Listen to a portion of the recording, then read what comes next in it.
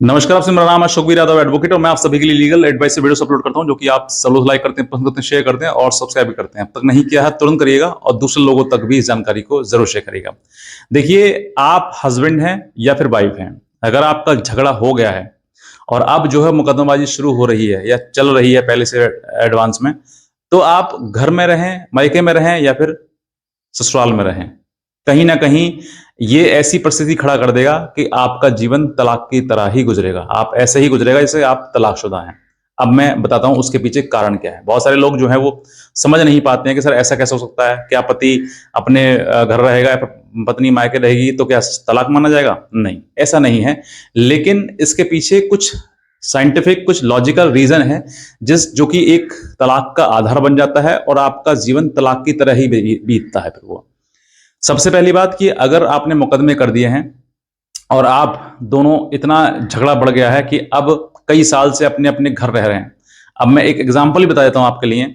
एक दाम्पत्य है जो अपने मतलब मुकदमा करने के बाद 5 साल हो गए, आज तक कोई मतलब नहीं है एक-दूसरे से। वो पत्नी अपने मायके अपने उसमें जाती है मुकदमों में और पति अपने मुकदमे में जाता है। तो वो लगातार मुकदमे चल रहे हैं, लेकिन दोनों का कोई भी पारस्परिक संबंध नहीं है और ना ही कोई इस तरह की कोई बातचीत है। अब आप इनके जीवन से ही एक अंदाज़ा लगा लीजिए कि वो शादी करके अपने घर रह रही है लड़की और लड़का अपने घर रह रहा है। तो क्या ये शादीशुदा जीवन हुआ? शादी करने के बाद सबसे जो बेस्ट वे है, यानी कि शादी का जो मतलब है वो यही है कि पति-पत्नी का साथ रहना। और अगर शादी करने के बाद भी अगर आप दोनों पति-पत्नी किसी भी कारणवश साथ नहीं हैं, तो ये आपका तलाक का ही आधार है और ये तलाक का जब आधार है, तो आज ना तो कल धीरे-धीरे तलाक होना ही है। क्योंकि आप वो जीवन तलाक का ही जी रहे हैं। चाहे आप पति-पत्नी का संबंध में हो, चाहे पति-पत्नी का सिर्फ रिश्ता मात्र हो, लेकिन संबंध वाक़ई पति-पत्नी वाले नहीं हैं। तो फिर इसका मतलब यही है कि आप तलाकशुदा ही जीवन जी रहे हैं। और अब बात करते हैं कानून की। साल, 2 साल, बस 2 साल से अगर अधिक हो जाते हैं, तो ये अपने आप में एक तलाक का आधार बन जाता है। आपका पति हो या फिर आप स्वयं पत्नी हो, अपने पार्टनर के आधार पर मतलब कि 2 साल से ज़्यादा सेपरेशन हो गया है, तो इसके ऊपर आप तलाक का मुकदमा फाइल कर सकते हैं और आप आसानी से तलाक भी ले सकते हैं। क्योंकि कहीं न कहीं ये चीज़ें जो हैं वो आपको साल, 2 साल मतलब 2 साल तक आप बिना किसी कारण के अलग रह रहे हैं, कोई कारण ही नहीं है, मतलब ही नहीं है, आराम से अपने घर रह रहे हैं। मुकदमा कर दिया और फिर घर पे तारीख चली जा रही है। तो इसका मतलब क्या है कि आप साथ में रहना ही नहीं चाहते हैं। और जब रहना नहीं चाहते हैं तो फिर वो व्यक्ति जो तुम्हारी वजह से एक दूसरा व्यक्ति सफ़र कर रहा है, उस व्यक्ति को हटाकर कोई और व्यक्ति लिया जाए या फिर उसको तलाक लिया जाए उससे।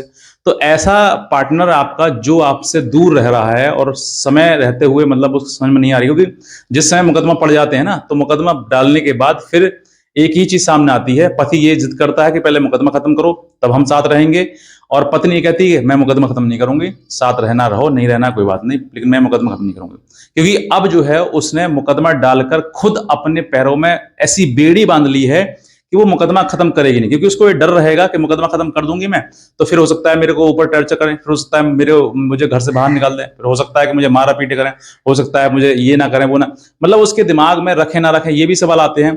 तो अगर ऐसे प्रश्न आपके मन में आ रहे हैं तो यही चीज चल जाती है, क्योंकि मुकदमा अपने आप में एक बेड़ी बन जाती है महिला के कि वो जब तक मुकदमा चलता है तब तक वो ससुराल जाना संभव उसका होता ही नहीं है। और अगर संभव होएगा भी ना, तो फिर वो पति उसको स्वीकार नहीं करेगा क्योंकि उसने मुकदमे कर दिए हैं। और कुछ पतियों ने कर भी लिया है स्वीकार कि भाई मुकदमे कर दिए, चलो कोई बात नहीं, हम दोनों साथ रहते हैं और साथ रहने के बाद जो है ये मैटर आज तो कल सुलझ जाएगा। लेकिन वो सुलझता नहीं है, वो और ज्यादा उलझ जाता है, क्योंकि अब जो है पत्नी अपनी शर्तों पर जाएगी और जब शर्तों पर जाएगी तो देखो रिश्ता कोई शर्तों पर चलता नहीं है। अब आप समझ के देखिए कि आपने शादी करी थी, तो क्या कोई रिश्ते में कोई आपने किसी प्रकार से कोई शर्त रखी थी कि भाई मेरी लड़की अलग रहेगी या मेरे को इतना पैसा दिया जाएगा या मेरा कोई आपके परिवार से कोई मतलब नहीं रहेगा? क्या ये सब कुछ शर्त रखी थी? कोई शर्त नहीं थी। उस समय तो बस शादी हो जाए कैसे भी हो जाए। लेकिन अब जो है आपके ऊपर शर्तों का बोझ बांध दिया जाएगा कि भाई मेरी बेटी है या मैं खुद हूं, पत्नी खुद कहेगी कि मैं तो अलग रहूंगी, मैं साथ में रहूंगी नहीं उनके, या फिर मुझे इतना खर्चा दोगे, या फिर मेरे को इतनी संपत्ति नाम कराओ, या मेरे बच्चे के नाम कराओ। बहुत सारी कंडीशंस आपके सामने आ जाएंगी और जब ये कंडीशन आ जाती हैं तो फिर वो मर्द जो झुकता नहीं है, फिर यही सोचता है कि तुझे जाना है तो जा। अब ये कंडीशंस के आधार पर परिवार नहीं बच सकता है। और इसीलिए यही कारण मोस्ट इंपॉर्टेंट कारण है जिस कारण से परिवार टूट रहे हैं।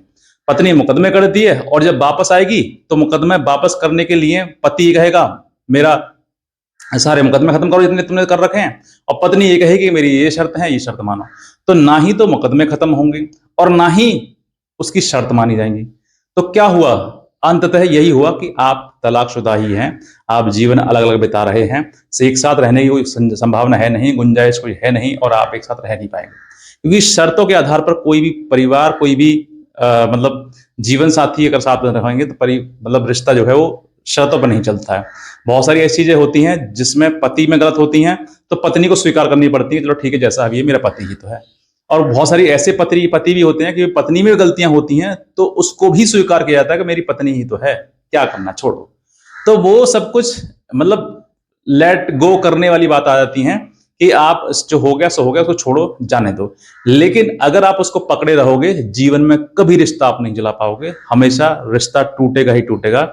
जिद जो है वो रिश्तों को तोड़ देती है और समर्पण रिश्तों को बनाकर रखता है। तो आप अगर पति हैं या फिर पत्नी हैं, आप अपने पार्टनर के प्रति समर्पण रखें 100%, मैं कहता हूं। और एक देखिए, आज वीडियो आपने देखा, आप पत्नी हो या पति हो जो भी है, एक मैं आपको मूल मंत्र बता देता हूं कि अगर आपने अपना जीवन पूरा पति के साथ कर दिया या फिर पत्नी के साथ कर दिया पति ने अपना जीवन, तो मैं कहता हूं कि 100% आपका रिश्ता कोई तोड़वा ही नहीं सकता। जहां पत्नी अपनी मर्जी चलाती है या फिर अपनी जिद चलाती है या फिर अपने शर्तों के अनुसार रिश्ता चलाना चाहती है, वहां ही रिश्ता टूटता है, अन्यथा रिश्ता नहीं टूटेगा। आप ये सोचकर देखिए फॉर एग्जाम्पल कि जो महिला आज इन शर्तों के आधार पर पति के साथ रहना चाहती है, कल को वही अगर सास बने और उसका बेटा हो और बेटे की बहू हो और वो शर्तों पर लेकर आए, तो आप सोचकर देखिए कि क्या वो शर्त अपनाई जाएंगी? नहीं अपनाई जाएंगी। क्योंकि बात सिंपल है कि जब बात अपने ऊपर आती है ना, तो फिर नियम कानून सब बदल जाते हैं। लेकिन जब वही बात दूसरे के ऊपर हो तो सब तैयार रहते हैं, भाई ऐसी शर्तें रहेंगी, वैसी शर्तें रहेंगी, और इन शर्तों के आधार पर सिर्फ और सिर्फ आपको अपना जीवन ही नष्ट करना है, बाकी कुछ होना नहीं है। इसीलिए मैं कहता हूं कि जिस तरीके का आप जीवन जीना चाहते हैं या फिर मुकदमों के बाद जीवन चाह रहे हैं या फिर जी रहे हैं, अलग अलग तो जी रहे हैं ना, ये तलाकशुदा ही जीवन है आपका, सत्यता यही है। और दूसरा इससे और इंपॉर्टेंट वो बताता हूं, एक कठोर शब्द और है, विधवा जीवन। आप अपनी ना पति के हुए और ना घर पर परिवार को हो गए, तुम सिर्फ और सिर्फ मुकदमे लड़ोगे, उसी के सहारे जीवन काटोगे। जब महीने के, आपको हमेशा डेट याद रहेगी, महीने की भी तारीख ये है, ये डेट पर जाना है हमें कोर्ट में, और यही डेट चलते चलते एक डेट दो डेट सालों साल बीत जाते हैं। और समय अंततः क्या आता है कि आपका जो उम्र है, जो समय है जीवन जीने का साथ का, वो निकल जाता है। और बाद में एक समय ऐसा ही आता है कि आज तुम ट्रेलर देख रहे हो उस तलाक का, वो तलाक पर एक समय मोहर लग जाती है। यही एक जीवन है। इसीलिए मैं कहता हूं कि मुकदमों से हटकर अपना साधारण जीवन जियो, और इस जीवन के साथ साथ में अपना एक दूसरे को प्रेम दो, समर्पण दो, जिससे आपके रिश्ते बन सके। अन्यथा कानून के चक्कर में फंसोगे या कानून के लिए जाओगे तो मैं कहता हूं आपके लिए सिर्फ और सिर्फ यही मिलेगा, या तो कानूनी रूप से सेपरेट हो जाओगे या फिर साथ रहते रहते, मतलब पति पत्नी के संबंध में रहते रहते आप दोनों एक दूसरे से अलग रहोगे। बस मैं इतना कहना चाहूंगा, अगर आप नए हैं सब्सक्राइब कर लें और शेयर जरूर करें दूसरे लोगों तक इस जानकारी के लिए। और हमारी कोई लीगल हेल्प लेना चाहते हैं तो हमारे दिए हुए नंबर पर हमें संपर्क कर सकते हैं, हमारी लीगल हेल्प ले सकते हैं। आज का वीडियो देखा आप सभी को धन्यवाद।